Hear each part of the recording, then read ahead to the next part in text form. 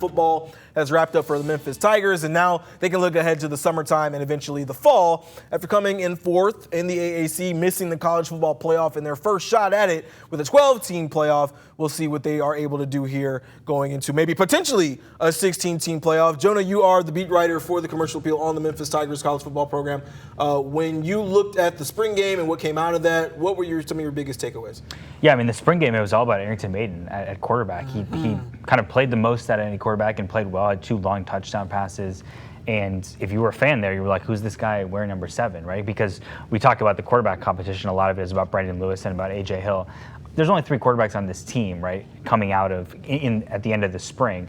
And Arrington Maiden played really well. He's somebody that they've been really high on since he got here. He's a redshirt freshman, obviously didn't play a lot last year, but kind of had that experience of learning from Seth Hennigan, and in a weird kind of twist ends up as the most experienced Tigers quarterback on the roster. In terms of guy in the jersey. Right, you've got Brandon Lewis, who's obviously started 30-plus games but comes to Memphis this offseason, and then you've got A.J. Hill, who's a 17-year-old freshman coming in. I thought Arrington Maiden looked really good. I think, like I said, he's somebody who could be a college quarterback at this place or somewhere else. And then I think you saw with the receiver, C.J. Smith was the guy that stood out. He had one of those long touchdown catches from Arrington Maiden. He's somebody who obviously speed. That's the thing we've heard kind of all offseason from Tim Cramsey, the offensive coordinator, is we're going to be faster. C.J. Smith is like a former track guy. You saw that. He's really fast. If he gets behind the defense, it's kind of over. And so obviously losing all 3 of their top receivers from last year, that's been a big storyline, who's going to play receiver.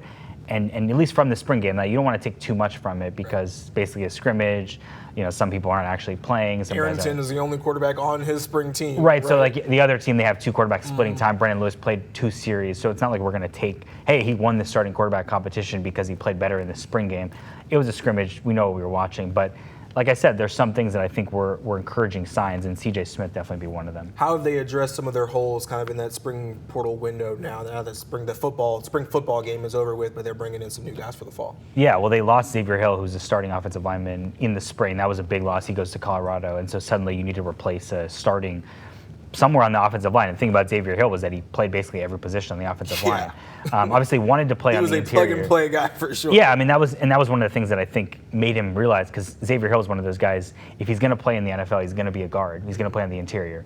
And what was happening in Memphis is the last 2 seasons he kind of ended up playing tackle because they just had to move things around. They had someone else who could play guard. They needed someone to play tackle.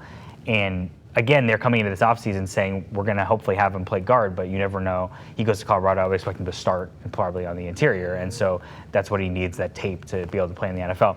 I think that's a big one, and then defensive line too. You've seen a lot of guys coming in. That's one where you can never have too many guys to rush the passer, right? I mean, cliche, but they need somebody to rush the passer. I mean, the way this defense is set up, it's kind of been the guys up front clear things out for the linebackers. Yeah. But if you could find somebody who can play defensive end, consistently get to the quarterback, that would really unlock a lot of stuff for the way that Jordan Higgins wants to play defense. And so I think that's something that they're looking at kind of in the spring and then as we get into fall camp. Real quickly, what's the number one thing that Ryan Silverfield still needs to address going into the fall? You mean roster-wise? Roster-wise, program-wise, any of that?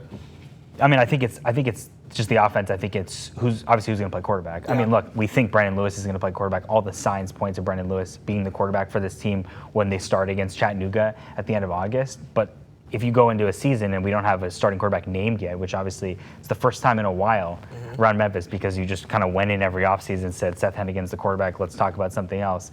There's been a quarterback competition, and so even though it feels like they're in a good spot and they feel confident, we just talked about Arrington Maiden, obviously Brandon Lewis, somebody coming in with a lot of experience, and they're excited about that.